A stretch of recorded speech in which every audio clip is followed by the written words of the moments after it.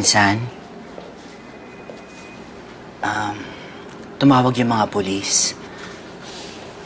Pinapaalam lang nila na hinahanap pa rin nila yung nakabundol kay Benji.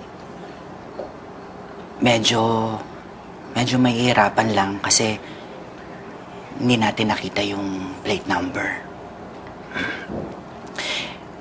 Galing na rin ako ng Memorial Chapel na naasikaso ko na lahat. Kaya, okay na.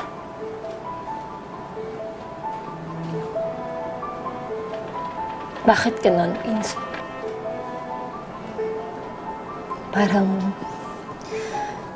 ang damat-damat ng tadhana sa amin. Lalo na sa amin ni Benji.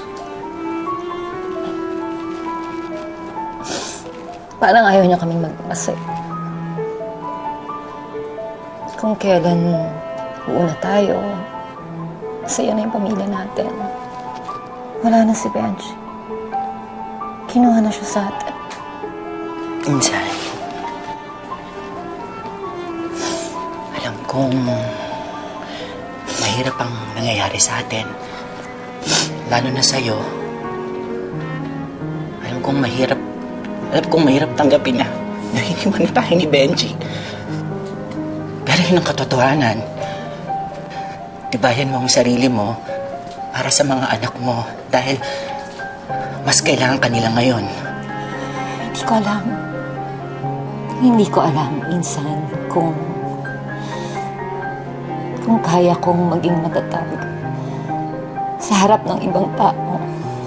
Lalo na kay Diana at kay Ashley. Kung ang isang tao na nagbibigay ng lakas sa akin ang dahilan kung bakit ako pinanghihinaan ng loob. Ang hirap-hirap. Ang sakit-sakit. Ang sakit-sakit na nararamdaman ko ngayon. Kung nahihirapan ako, paano ng mga anak ko? Lalo na si Diana, paano niya matatanggap na walaan ang daddy niya?